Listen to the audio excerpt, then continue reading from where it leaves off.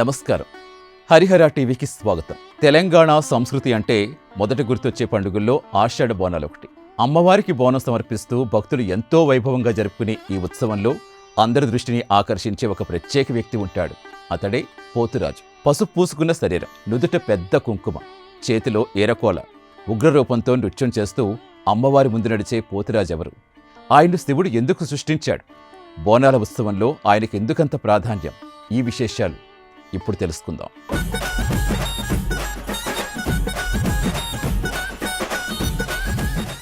బోనాల పండుగ తెలంగాణ ఆధ్యాత్మిక సాంస్కృతిక సాంప్రదాయాలకు ప్రతీక. ఆషాఢమాసం ప్రారంభమైనప్పటి నుంచి గ్రామదేవతల ఆలయాలు భక్తులతో కలకల్లాడుతూ ఉంటాయి. మహిళలు తలపై బోనం మోసుకుంటూ అమ్మకు నైవేద్యం సమర్పిస్తారు. ఈ ఊరేగింపులో అందరికంటే ముందుగా కనిపించే వ్యక్తి పోతురాజు. భక్తుల విశ్వాసం ప్రకారం పోతురాజు గ్రామదేవతలకు అన్నయ్య, అలాగే వారి రక్షకుడు.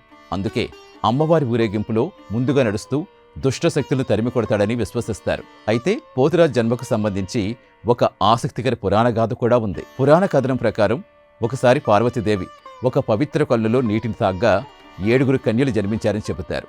వారిని ఎవరు రక్షిస్తారు అని పార్వతీదేవి ఆందోళన వ్యక్తం చేయగా పరమశివుడు తన గణాల్లో ఒకరిని సృష్టించి ఆయనకు పోతురాజు అని నామకరణం చేశాడని కథనం. ఆ 7 దేవతలకు ఎల్లప్పుడూ రక్షకుడుగా ఉండాలని శివుడు ఆజ్ఞాపించాడని విశ్వసిస్తారు. ఆ తరువాత ఆ కన్యలే ప్రాంతాలను బట్టి పోచమ్మ, ఎల్లమ్మ, మైసమ్మ, మహంకాళి, పెద్దమ్మ, ముత్యాలమ్మ వంటి గ్రామదేవతలుగా ఆరాధించబడుతున్నారని చెబుతారు. అందుకే వారి వెంట పోతురాజు కూడా తప్పనిసరిగా ఉంటాడు. ఇక పోతురాజు వేషధరణ కూడా ఎంతో ప్రత్యేకమైంది. బోనాల రోజు వేషం వేసేవారు ఉదయం నుంచే ఉపవాసం పాటిస్తారు. స్నానం చేసి పూజలు నిర్వహించి తరువాత మాత్రమే పోతురాజు అలంకరణ ప్రారంభిస్తారు. శరీరమంతా పసుపు లేదా ప్రత్యేక రంగులతో అలంకరించుకుని నుదుటిపై పెద్ద కుంకుమ, నడుముకు గంటలు, కాళ్లకు గజ్జెలు ధరించి ఉత్సాహభరితమైన నృత్యంతో భక్తులను ఆకట్టుకుంటారు. ఈ వేషధారణ కేవలం కళాత్మక ప్రదర్శన మాత్రమే కాదు, అది అమ్మవారి శక్తికి ప్రతీకగా, దైవభక్తితో చేసే ఆరాధనగా భావిస్తారు.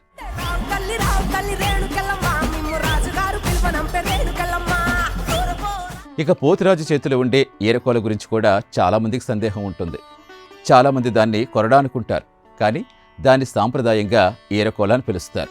పోతురాజు ఆ ఏరకోలను ఊపుతూ ఉగ్రరూపంలో నృత్యం చేస్తాడు. ఇది దుష్ట శక్తులను దూరం చేయటాన్ని సూచిస్తుందని విశ్వసిస్తారు.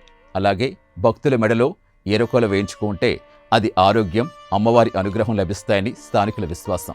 అందుకే చాలామంది భక్తులు స్వచ్ఛందంగా పోతురాజు ఆశీర్వాదం పొందేందుకు ముందుకొస్తూ ఉంటారు. గంటల తరబడి ఎండైనా వానైనా అలసట లేకుండా భక్తి పారవస్యంలో నృత్యం చేయటం పోతురాజుల ప్రత్యేకత. అది కేవలం ఉత్సవం కాదు, దైవభక్తికి ప్రతీక. భక్తులారా, పోతురాజు రూపం ఉగ్రంగా కనిపించిన ఆయన సందేశం మాత్రం రక్షణ, ధైర్యం, దైవభక్తి. అమ్మవారి ముందుగా నడుస్తూ గ్రామాన్ని కాపాడే శక్తికి ప్రతీకగా తెలంగాణ సంస్కృతిలో పోతురాజు శాశ్వత స్థానం సంపాదించుకున్నారు. ఇలాంటి ఆధ్యాత్మిక విశేషాలు, పురాణ గాథలు, దేవాలయ చరిత్రలు, ధార్మిక సాంప్రదాయాల గురించి తెలుసుకోవాలంటే హరిహర టీవీని తప్పకుండా సబ్స్క్రైబ్ చేయండి. ఈ వీడియో నచ్చితే లైక్ చేయండి. మీ కుటుంబ సభ్యులు, స్నేహితులతో షేర్ చేయండి. జై మహంకాళీ మాత. నమస్కారం.